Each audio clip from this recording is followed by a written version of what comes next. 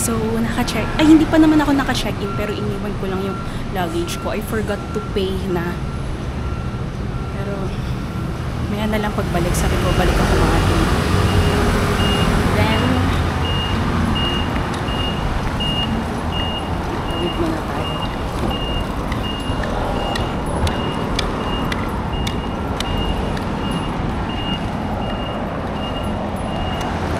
Ang ganda nung lilipatan ko since this is my last 2 nights. Sobrang lapit niya. Hindi naman sobra pero malapit talaga siya sa Taipei main station tapos dun din sa airport station. So, it's a good thing. Tapos, pagkaiwan ko ng luggage, nag-bus na lang ako. I'm supposed to use MRT pero tinatamad na ako maglakad. Then there's an option for just a one station bus ride. Nag-bus ako, tsaka mas mura. Pupunta tayo ng Fuha Soyang Milk. I think it's a very recommended breakfast food. Tapos alam ko laging mahaba yung pila dun. Saka tayo maglinin antay after.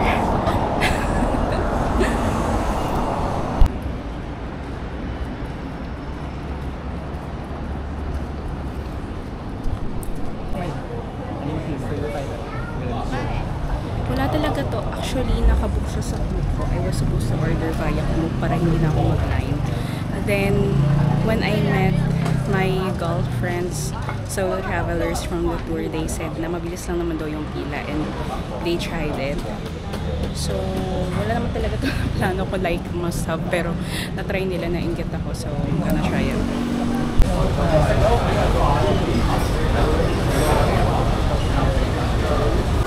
Naka-order na tayo. Speed lang talaga siya. So, in-order ko soy milk, bread, tapos caramel bun. Ako pa sana nung egg kaso baka di ko na maubos. At saka 150 lang po lahat. Ang mura niya for a Michelin star. Masarap yung soy milk. Meron sila yung number 3. Feeling ko yun yung best seller nila. Feeling ko kasi nung nag-order ako, di 1 yung in-order ko. Tapos natanong niya, 3 hindi ko order. Gumaganon sila. Then yun nga, marami rin ako nakitang na yung in-order nila. Pero meron din namang soy milk lang. May Catholic church daw dito. So yun yung gusto kong silipin. This one.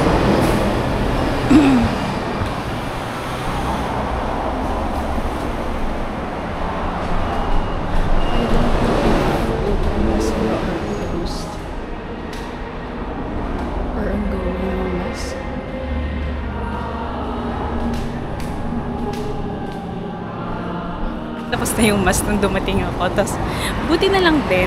Like, dire-diretso lang akong pumasok. Kasi, pagdating ng announcement na part, may parang tourist din. Di ko sure kung tourist or parang expat ba siya dito or what.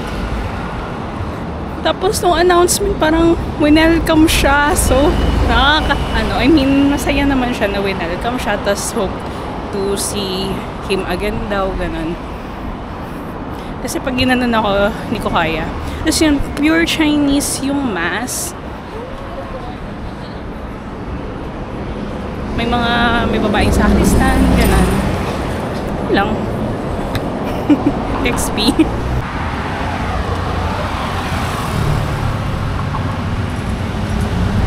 So, transfer tayo ng bus at 20 plus minute pa dadating yung next bus na sasakyan ko. So, tambay muna tayo dito. Magulo ko. Pala, yung napanood ko rin to sa internet, yung pag umuulan, sa halip na pipes yung gamit nila. Hindi ko alam kung anong tawag dyan, pero mas maganda yung dating kasi mas shallow tignan, tapos rinig mo yung tubig, yung tulo ng tubig, nakikita mo, aesthetic siya tignan. Then also, pag pipes, iwas bara siya compared sa pipes kasi open lang siya. Tapos parang dinadaluyan lang siya ng water pababa. Diba ang galing?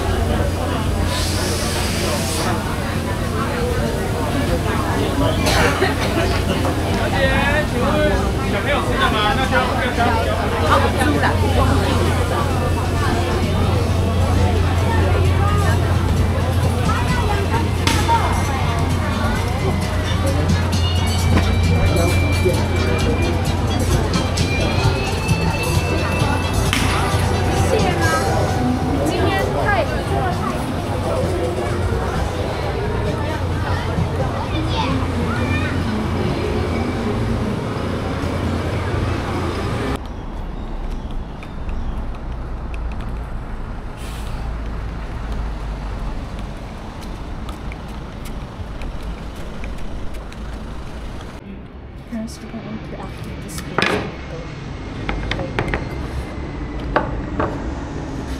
Ano, ginawa.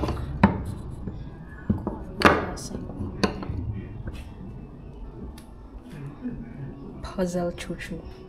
Nilikin na dito.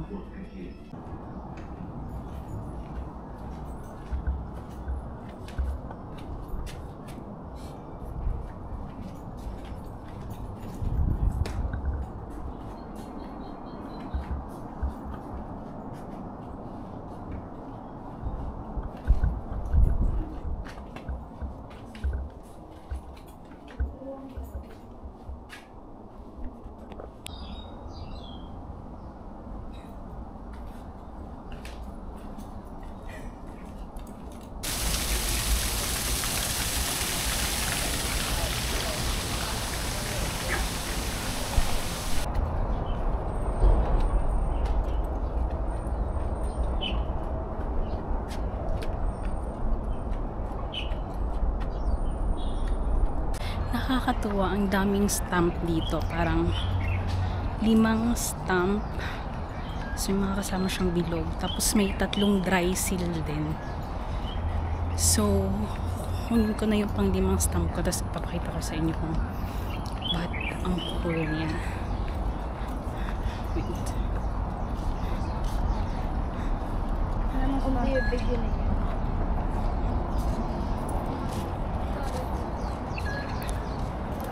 Ito yung stamp nila.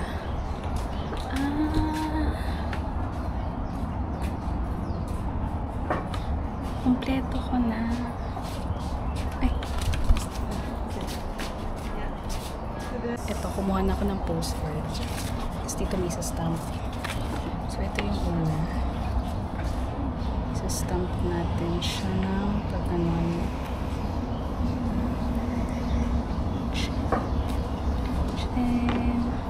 Tapos kunin natin yung iba. Stamp natin to dito.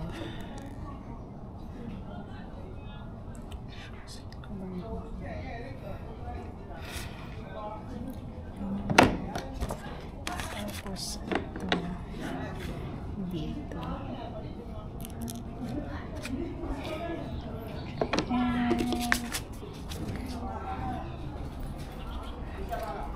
Tinsa.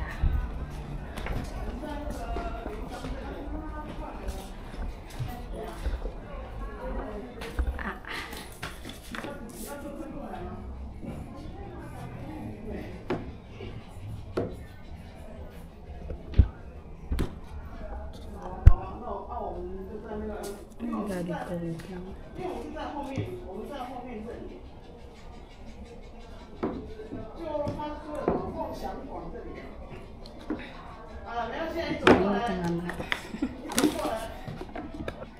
Then, ito.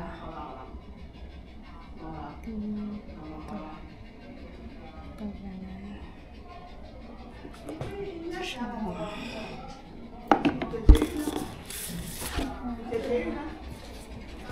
Then yung isa, hanggang sa likod.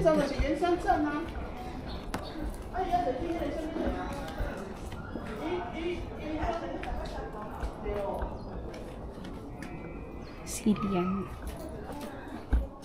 Sili din to. Wait, saan nga yung isa?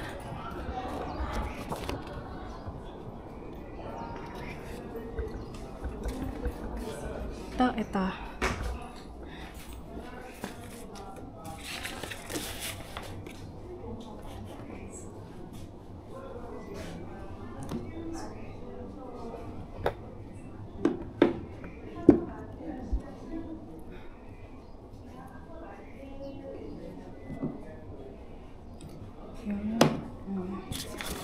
Then, yung gas is yung color green. Ay, bilog pala nito.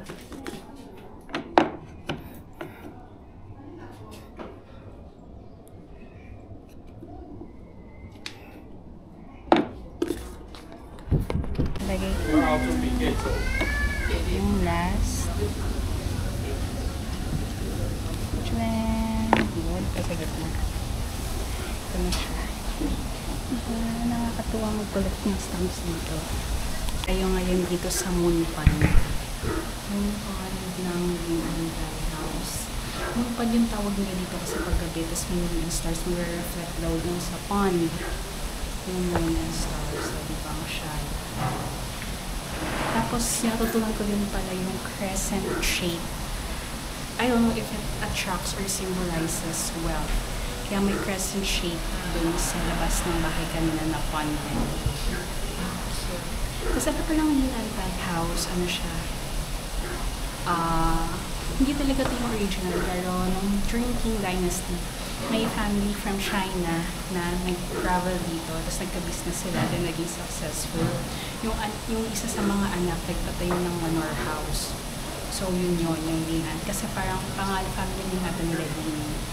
Tapos, noong 1977, binasak siya. Then, around 2000 ata, nagkaroon ng project na i-rebuild yung house na yun. Kasi, it symbolizes and encompasses a lot of Chinese culture. Kaya, yun, nag-rebuild sila ng house. Then, medyo natagalan niya kasi sa paghahanap ata ng resources at saka ng certain location. Kasi, yung location ng bahay na to is super perfect according to the feng shui. Kaya, medyo natagalan sila. May isasabi silang anggulos kung saan position or direction nakaharap, mga ganun. So, this house encompasses those things. Kaya, lilipat na ako dito para swertihin ako. Check-in na ako sa bago kong hotel. And, ito yung Taipei main station. And, ganda niya. Like, may sofa, bed, TV, may dresser. Ang ganda ng cabinet. Ooh, ang spacious ng cabinet. Ang ganda. And ito pa. Aking CR. May bathtub in your face! Tuwang-tuwa. Kasi naghanap lang ako ng pinakamamura na single room. So, hindi ako nag-expect na ganito siya ka-spacious at ka-kompleto. So, actually, yung name nga niya is Lean In. So, parang in lang yung ina-expect ko. So, hindi ko na-expect na parang hotel type siya. So, nabasa ko na, may nagsuggest din ito sa mga Facebook page ng mga travelers. Then, hindi ko naman na-expect na ganito. So, evening, nakapag-shopping na ako sa, not really shopping, sa Carrefour. Pero may mga pinamili rin naman talaga. Tapos, naririnig ko yung mga Pinoy din na namimili ata doon ng mga pasalubong. Then, bumili lang ako ng Mr. Brown. Kasi na-intriga ako sa lasa niya. I think that's like the normal kape nila dito. Like sa atin, Nescafe. Though, may Nescafe din naman sila. Ay, siguro coffee ko. Pero kasi coffee ko, hindi naman siya mainly Philippines lang eh. Basta yun. Then, Meron ding promo si Carrefour na buy 5 get 1 free. So parang anim siya for the price of 5. So pinaghalo-halo ko 3 nougat saka 3 crackers. So hindi ko wala kasi akong plano bumili ng ganito, pero kaya hindi ko na-compare kung mura ba talaga siya. For pineapple pancakes kasi may nakita ko mas mura sa Simending. Dito parang 99 yung pinakamura nila, which is like the usual price pag nabili ka rin sa labas. So hindi na ako bumili, kaya naglalakad ako pa Simending para bilhin yung nakita kong mura. Then bumili rin ako ng dried tofu kasi na-intriga ako sa lasa, tapos nag-iisa na lang to, so feeling ko ito yung masarap, so binili ko siya. At saka jasmine tea, ang cute kasi nung jar, kaya bumili ako. Then may bibili rin dapat ako ng hat, kaso nasa ibang floor siya ng Carrefour, hindi ko na nabalikan, so hindi ko na binili. Then naka-ano pala, nag-self-checkout ako. Tapos ganun pala yung self-checkout. Buti may nag-a-assist. Kasi di ba nag-buy 5 get 1 free ako.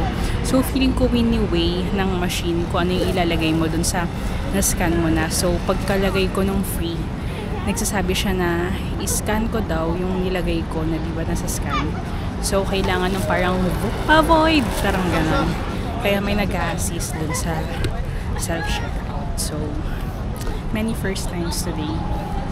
Thank you, Lord. So, lahat tayo pa Simending.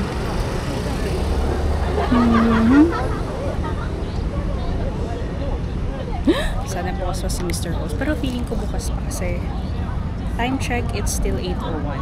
So, feeling ko bukas pa yan. Annyeong! Sa Simending area na ako at nakabili na ako. Bili pa ako mochi. Saan pa naman ito? Next yung problema, pagkasyahin yung weight, saka yung lato, maleta. Hindi pa naman siguro ito lagpas ng 20, no? Hotel, at ang to-do natin is pagkasyahin tong mga to dito. Pero may laman na to, kaya hindi ko sure kung pagkakasya natin. And I just want you to see the Taipei main station at night. Pwede ba itong i-open? Ayoko, natatakot ako. Look at how it glows. I don't know if it's violet or pink, but it's so pretty.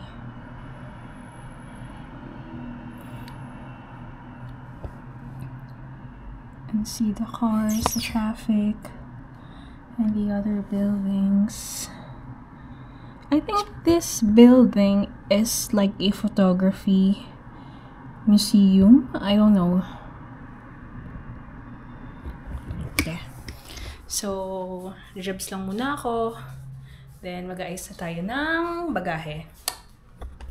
I want you to show something. So, wala kasi ngayon sa bundok, kaya na-amaze ako. May mouse yung TV using remote. I-move mo lang siya, then nag-move yung cursor sa TV. So, amazeballs.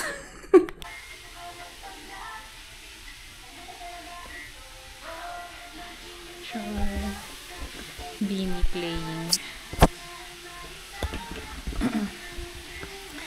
Ay! Nag-aayos na tayo ng bagahe. Umasa!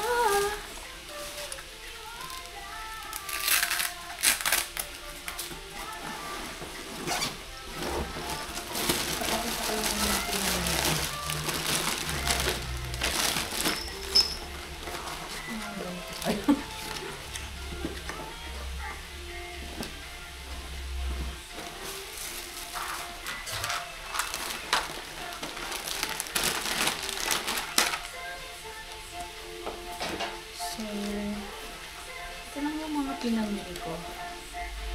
Pineapple cakes. And that goes for this. Pineapple cake dito na may mochi kasama. Then, candies. chocolate for RM. This plating for one of my niece. For my lola.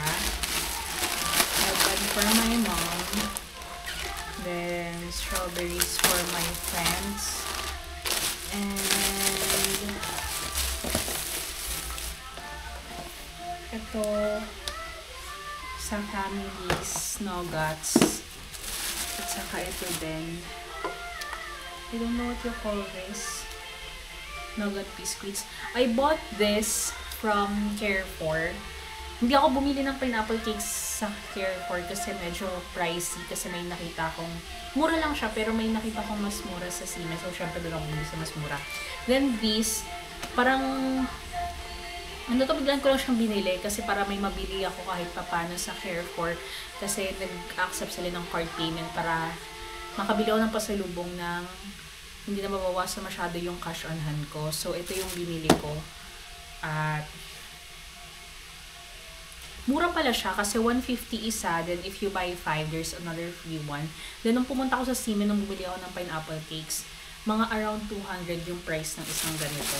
So, goods na. Tapos, coffees also for my friends. Then, ito, tatry lang namin. Siguro sa bahay na lang. And this is also for me kasi ang cute ng pan. Kaya binili ko siya. So, yun lang.